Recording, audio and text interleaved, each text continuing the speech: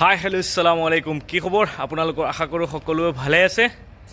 মই এটা আজি বস্তু এটা দেখুৱাওঁ, আপোনালোকে ভিডিঅ'টো চাব।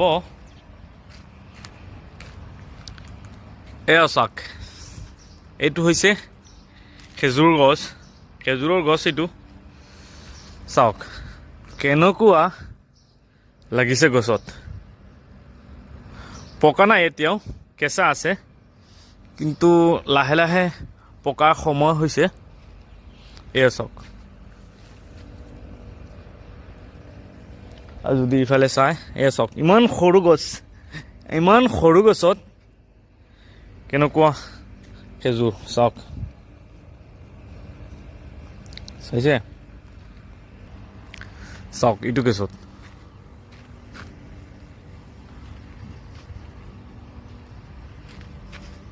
সকলো গছতে লাগিছে বহুত।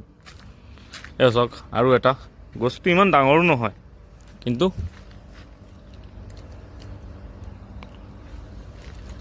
এয়া চাওক, এইটো ভাঙি যাব, কিয়নো এই খেজুৰৰ ওজন কিন্তু বহুত বেছি হৈ গ'ল। এই যে আমৰ গছ এডাল আছে, মই ভাবিছোঁ আম শেষেই আৰু, কিন্তু হঠাৎ যাওঁতে চালোঁ যে দুটা আম এতিয়াও লাগি আছে, কেঁচা কিন্তু। এই আৰু এটা দেখা পাইছে, ৱাও। এই যে সৰু আমৰ গছটো চাইছে আপোনালোকে, এই গছটোৰ পৰা অলমষ্ট 50 কেজিৰো বেছি হ'ব চাগে, 50 কেজিৰো অধিক এই গছৰ পৰা আম খোৱা হৈছে। যিমান আলহী আছে, আলহীসকলক দিয়া হৈছিল এই গছৰ পৰা আম। ইমান আম ধৰিছিল, 50 কেজিতকৈ বেছি হ'ব চাগে। এতিয়াও দুটা কেঁচা দুটা আছে, শেষ, ছিজনটো শেষ ইয়াতে।